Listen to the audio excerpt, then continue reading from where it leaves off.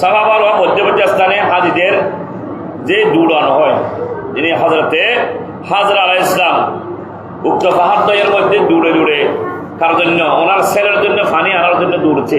সাফা ও মারওয়া ইসমাইল আলাইহিস সালামের জন্য পানির জন্য খুঁজেছে। আজ ওদিন থেকে শুরু করে কিয়ামত পর্যন্ত ও হাজিরা সাফা মারওয়ার মধ্যে কি করবে? দৌড়বে। কারণ হাজরা আলাইহিস সালাম দৌড়েছে কার জন্য? ওনার ছেলে ইসমাইলের জন্য পানির জন্য দৌড়ছে। তো হেরা পর্বত দেখেন, হেরা পর্বতে সরকার আলম সাল্লাল্লাহু আলাইহি ওয়াসাল্লাম কিছুদিন কি করেছেন? ইবাদতে মগ্ন ছিলেন। দিনের বেলায় কিছু খেতেন না সরকার আলম সাল্লাল্লাহু আলাইহি ওয়াসাল্লাম। এবার রাতে আল্লাহর জিকির করতো, ইবাদত বন্দেগী করতো আমার রাসূল পাক সাল্লাল্লাহু তাআলা আলাইহি ওয়াসাল্লাম। যখন আল্লাহর হাবিব চাইছে দিনে ৫ টাকা ইবাদত তাতে জিকির করবে, দিনে কিছু না খাইয়ে, রাতে খাইছে, সুবহ সাদিকের পরে খাননি, আবার মাগরিবের পরে, তাতে কি করেছে? আমার রাসূল রোজা রেখেছে। তার মানে কি করেছে? রোজা রেখেছে। দিনের বেলা রোজা, রাতের বেলা ইবাদত করেছে, বন্দেগী করেছে, সরকার আল্লাহকে স্মরণ করেছে, আল্লাহর জিকির করেছে। তো আল্লাহ রাব্বুল আলামিন আমার রাসূলের ওই দিনের বেলায় রোজা রাখাটা, রাতের বেলায় জিকির করাটা, ইবাদত করাটা আমার রাসূল রেখেছেন বিদায় আল্লাহ সেটাকে কেন্দ্র করে পবিত্র রোজা আমাদের জন্য ফরজ করে দিয়েছে। সুবহানাল্লাহ। দেখেন রাসূলকে কতটা আল্লাহ ভালোবাসেন। সেজন্য আল্লাহ বলেছেন, ইয়া আইয়ুহাল্লাযীনা আমানু কুতিবা আলাইকুমুস সিয়াম কামা কুতিবা আলাল্লাযীনা মিন ক্বাবলিকুম লাআল্লাকুম তাত্তাকুন। আল্লাহর সাথে সাথে কোরআনের মাধ্যমে বিশ্ববাসীকে আল্লাহ বলে দিয়েছে, শোনো আমি কোরআন নাজিল করছি সেই রাসূলের উপর, যে রাসূল দিনের বেলায় হেরা পর্বতে, হেরা গুহায় কি করেছে?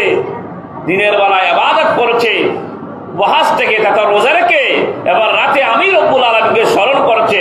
হে ঈমানদারগণ, ওই আমি আল্লাহর উপর ঈমান এনেছো, আমার রাসূলকে বিশ্বাস করেছো, আমি তোমাদেরকে বলতেছি, ইয়া আইয়ুহাল্লাযীনা আমানু, হে ঈমানওয়ালো, হে ঈমানদারগণ, আমানু, ইয়া আইয়ুহাল্লাযীনা আমানু কুতিবা আলাইকুমুস সিয়াম, তোমাদের উপর রমজানের রোজা ফরজ করা হয়েছে, কামা কুতিবা আলাল্লাযীনা, যেমনি ভাবে পূর্ববর্তীর উপর ফরজ করা হয়েছিল, কামা কুতিবা আলাল্লাযীনা মিন ক্বাবলিকুম লাআল্লাকুম তাত্তাকুন, যেন তোমরা ফরজগার হতে পারো, তাকওয়াবান হতে পারো। রব্বুল আলামিন সেটা কোরআনের মধ্যে আমাদেরকে নিয়ামত দান করেছে। সুবহানাল্লাহ। সেই জন্য আমরা আজকে রোজা পেয়েছি, আমাদের জন্য রোজা ফরজ করেছে। আজকে যদি আমরা ওই রোজা, যদি আমরা রোজার কালে যদি কেউ গোপনে খাবার খাই, দেখেন রোজার কতদিন ফজিলত। আমি আপনার সাথে সাথে আছি, কতগুলো রোজা থাকে না, আর কতগুলো ব্যক্তি রোজা রাখে। যারা রোজাদার তারা আল্লাহকে খুশি করার জন্য, আল্লাহর হাবিবকে খুশি করার জন্য রোজা রেখেছে। সেহরিকে আবার ইফতার সময় ইফতার করে, দুই অবস্থার মধ্যে আল্লাহ খুশি হয়। আল্লাহর সাথে দিদারের সময় আর একটা হচ্ছে ইফতারের সময় আল্লাহ খুশি হয়। সুবহানাল্লাহ।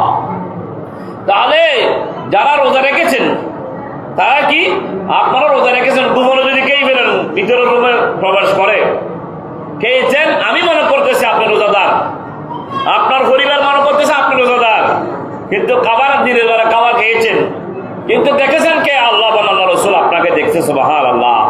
রোজা এমন একটা জিনিস, আপনি রেখেছেন গোপনে, আপনি আল্লাহকে খুশি করার জন্য খেয়েছেন, আল্লাহকে খুশি করার জন্য সিহির খেয়েছেন, ওদিকে ইফতার করবেন, আপনার ওই রোজা আল্লাহর দরবারে কবুল হবে। সুবহানাল্লাহ।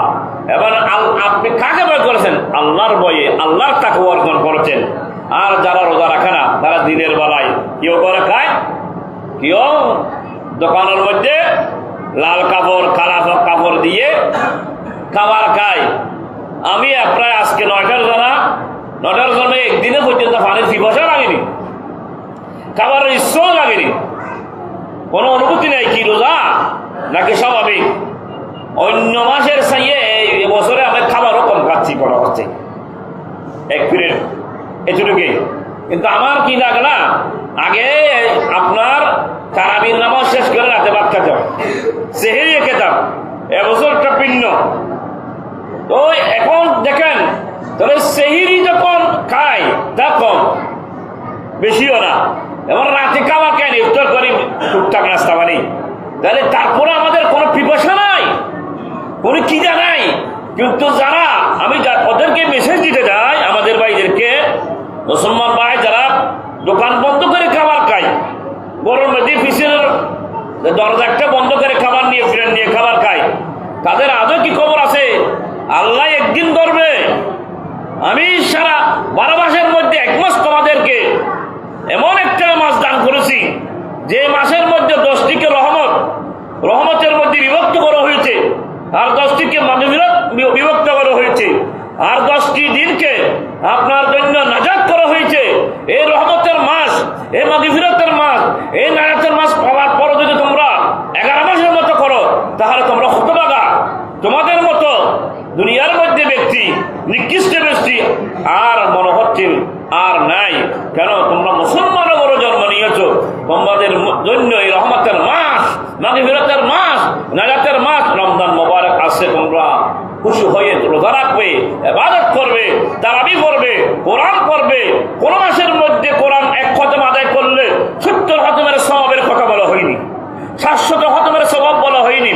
কিন্তু রমজান মাসে আপনি 1টা খতম আদায় করবেন, 70 খতমের আল্লাহ সওয়াব আপনার মধ্যে আমল মধ্যে দিয়েছে। সুবহানাল্লাহ। আপনি নিজে নিজে করেন, যদি খতম আদায় করেন, আপনার পরিবারের মধ্যে 70 জন লোক নাই বললে চলে।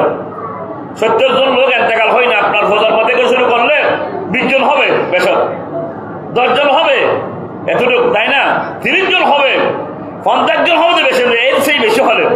কিন্তু একজনের জন্য যদি আপনি একটা বরাদ্দ করেন যারা 70, তারপরে আপনার জন্য 20টা খতমের সওয়াব থেকে যায়। সুবহানাল্লাহ। ওদিকে 700 খতম, আর হাদিসের মধ্যে 700 খতমের সওয়াব। তাহলে আপনি আবার হিসাব করেন, আপনার পূর্বপুরুষ, আপনার দাদা দাদি, নানার নানি হিসাব করলো, 700টা আপনার পূর্বপুরুষের মধ্যে আছে? নাই, ভাবা যাবে না। তাহলে এই মাসের মধ্যে 1টা খতম আদায় করলে এত সব পাই যান। তারপরে যদি আমরা খতম আদায় না করি, নামাজ আদায় না করে, তারাবির নামাজ না পড়ে, রোজা না রাখি, তাহলে আল্লাহর কাছে আমরা কি জবাব দিব? আল্লাহ আমাদেরকে